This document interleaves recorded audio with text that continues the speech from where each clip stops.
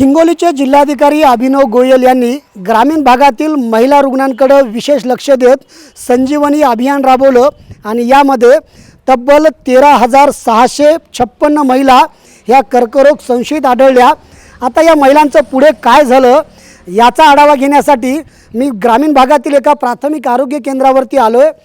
आयुष्यमान आरोग्य मंदिर गिरगाव प्राथमिक केंद्र आहे। आपण या ठिकाणी या सगळ्या महिलांची पुढे तपासणी कशी सुरू आहे, त्यांच्यावरती ट्रीटमेंट कसं करण्यात येणार आहे, खरंच या महिलांना कर्करोग झाला किंवा नाही याचं निदान होणार आहे, ते सगळं कशी प्रक्रिया सुरू आहे त्यासाठी प्राथमिक आरोग्य केंद्राचे डॉक्टर माझ्यासोबत आहेत। सर, तुम्ही ग्रामीण भागामधनं ज्या महिला डिटेक्ट केल्या होत्या कर्करोग संशयित त्यांचं पुढे काय झालं? मान्य जिल्हाधिकारी आणि मान्य जिल्हा आरोग्याधिकारी सर यांच्या संकल्पनेतून संजीवनी अभियानांतर्गत सर्वात प्रथम आशाताईंनी घरोघरी जाऊन सर्व जे लक्षणं आहेत, काही समजा लक्षणांच्या पेशंटला त्यांनी भेटी देऊन त्याची एक यादी बनवली। त्याच्यानंतर ती यादी घेतल्यानंतर आम्ही समुदाय आरोग्य अधिकारी यांच्यामार्फत त्यांची उपकेंद्र स्तरावर त्यांची आपण तपासणी केली।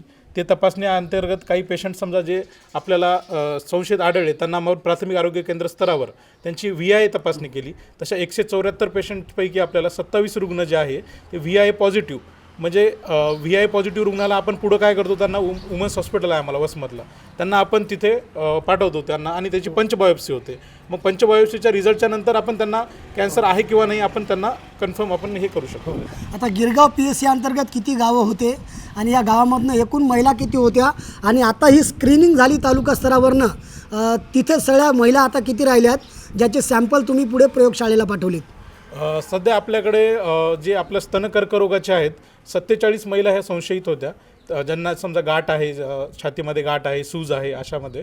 त्याच्यामधल्या आपण 34 महिलांची तपासणी केलेली आहे आणि त्याच्यापैकी 6 महिलांना आपण मॅमोग्राफीसाठी आपण त्यांना जिल्हा स्तरावर आपण पाठवण्याचं नियोजन केलेलं आहे। हो सर, बऱ्याच गाव पातळीवरच्या ज्या महिला आहेत ग्रामीण भागातील त्या डॉक्टरांपासून अनेक माहिती या लपून ठेवतात, त्यांना तुम्ही काय आवाहन कराल? कसं आहे, कोणतीही गोष्ट आजार जो आहे तो योग्य वेळेत योग्य उपचार जर घेतला तर तो वेळेतच त्याच्यामध्ये आपल्याला ट्रीटमेंट जर झाली तर त्या आजार पुढं वाढणार नाही। त्यामुळे कधीही आपला कोणतीही मनामध्ये शंका न बाळगता रुग्णांनी आम्हाला येऊन आम्हाला काय लक्षणं आहेत ती आम्हाला सांगायची आहेत। हो, शरीरामध्ये होत असलेल्या ज्या वेदना आहेत त्या जर लपून ठेवल्या तर जीवाला धोका होतो का? नक्कीच काही समजा जेव्हा वेळेतच आपल्याला समजा जो काही हे आहे त्याच्यामध्ये काही आजारपण जर दडलं तर त्याच्यामध्ये आपल्याला वेळेतच उपचार घेतला तर पुढं तो वाढणार नाही त्याच्यामध्ये। बरं, नक्कीच हे सगळे डॉक्टर होते। आपण जर पाहिलं तर 13,000 महिला आढळलेल्या होत्या। या प्राथमिक आरोग्य केंद्राच्या अंतर्गत 3,000पेक्षा जास्त महिला होत्या, मात्र तपासणी अंती त्यांची संख्या ही 30 ते 40च आहे। त्यामुळं ग्रामीण भागातील महिलांनी घाबरून जाण्याचं कारण नाही आहे। डॉक्टरांनी सांगितल्यानुसार स्वतःच्या शरीरामध्ये जो काही बदल घडतो, ज्या वेदना होतात त्या सगळ्यांची माहिती योग्य वेळेत डॉक्टरांना दिली तर योग्य उपचार होऊन रुग्ण हा लवकर बरा होतो।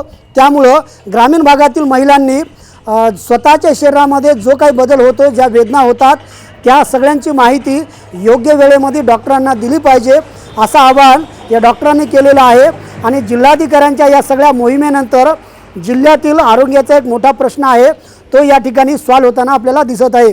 संदीप नागरे, साम TV न्यूज, हिंगोली।